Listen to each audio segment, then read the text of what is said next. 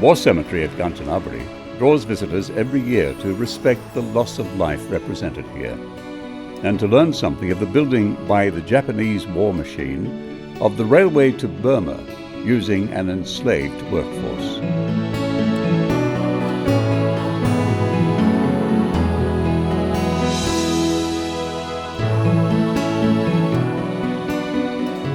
What kind of numbers did they have working on the railway line once things got going, Mike? At the peak, it's estimated there was around 60,000 Allied prisoners working on the railway lines in one form or another. And again, estimations of how many indentured labourers, Ramusha as they were referred to, was anywhere upwards of 200,000. So it was a significant workforce when combined.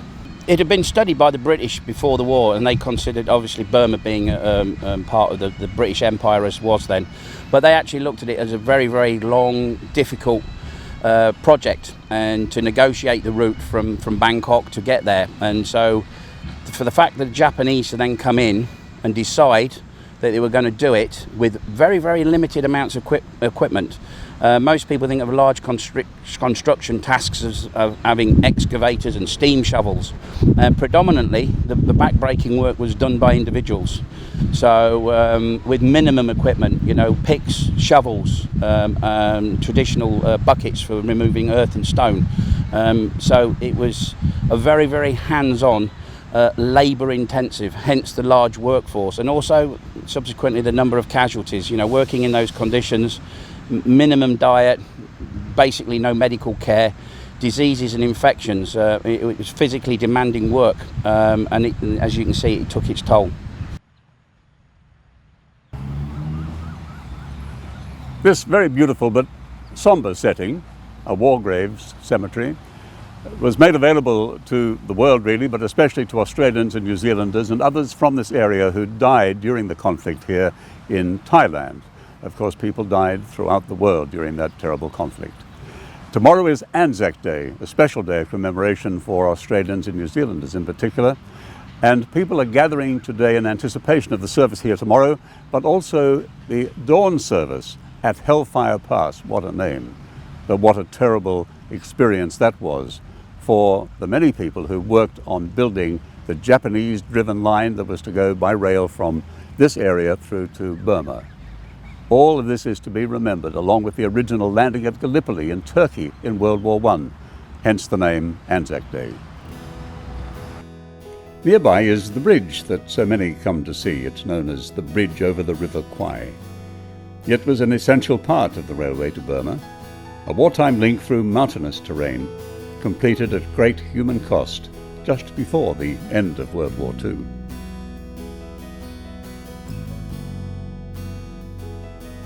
The story is permanently recorded in the Hellfire Pass Memorial Museum. Open throughout the year, it brings home to visitors the scale of the task involved in building the railway, mostly with the bare hands of a weakened workforce. Photographic evidence reveals the suffering.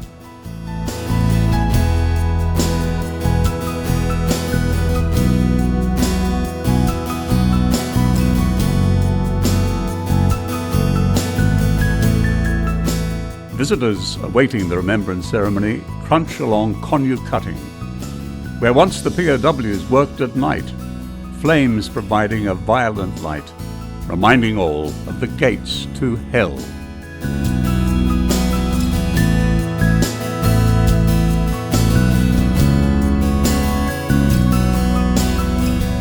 On this occasion, at the dawn service for Anzac Day, hundreds, indeed thousands of people are in attendance. The setting is Hellfire Pass, where the Death Railway was built during World War II, and it has now become the practice of many to commemorate their terrible trials and indeed loss of life at that time.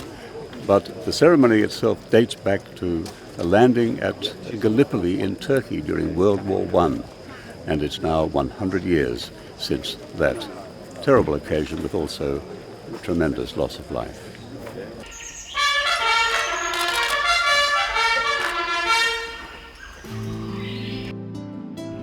The dawn service is attended by thousands who come to remember the fallen of many conflicts since the Great War, the war to end wars, it was thought, World War I.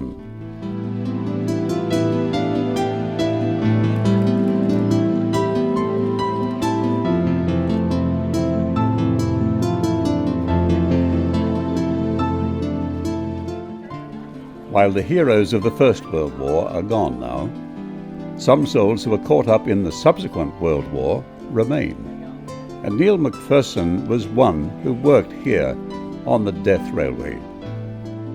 Neil, did the men working on the rail at the time ever have a chance to realise Anzac Day had come around and maybe to commemorate it when you were there? Oh, look, I think whatever the circumstances, Anzac Day was always remembered in every prison camp. Whether they were allowed to commemorate it was a different story.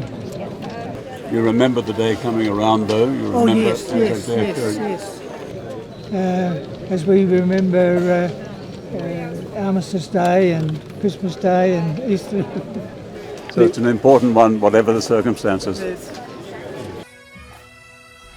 Neil is also an honoured guest at the morning service at the Kanchanaburi Cemetery and speaks with vivid recall of events.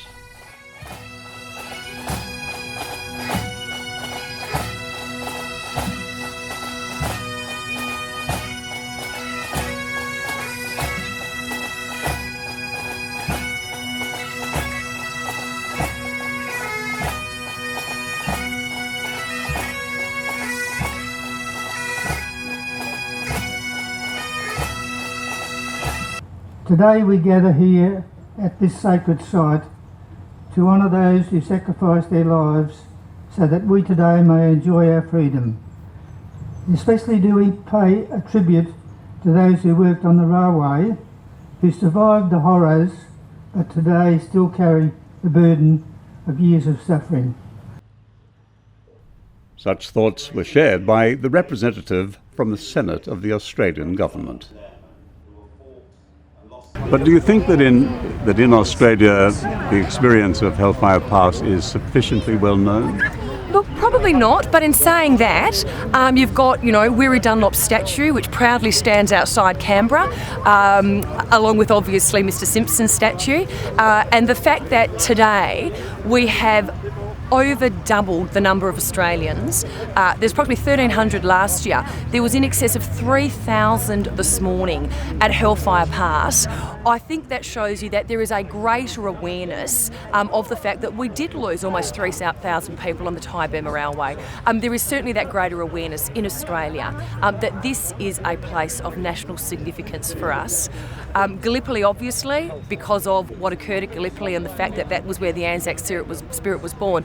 But I think there is a growing awareness, and it is literally seen here today in the number of Australian New Zealanders who have made the pilgrimage. Can you tell me, the medals you're wearing, they must be family heirlooms, are they? Well, these are replicas of the actual ones back in Australia, but they're service medals from my grandfather, or our grandfather, who served in the Second World War. And do you know much about your grandfather's service, what he went through and where he went? He was a prisoner of war on the Thailand Burma Railway, and he was on the Burma side. So that's remarkable history, to be back here where he was actually a prisoner of war and working in those shocking conditions, isn't it? Yeah, it is. This trip has put basically what he's done into a perspective of what everyone has done.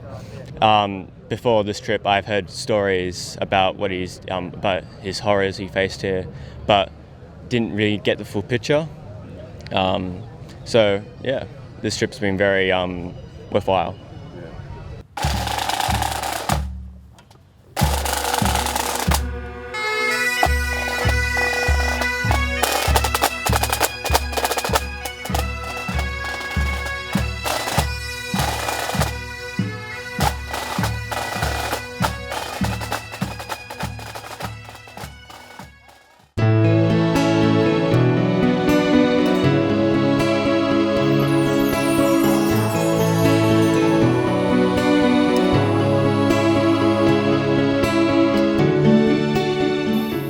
when I walk along the line of graves here at Kanchanaburi and read the names of young people 19 years of age, and in some instances people that I knew, I think to myself now, he is going to be eternally 21 years of age, where us people that got home are now in their 90s. But it's great to be a survivor.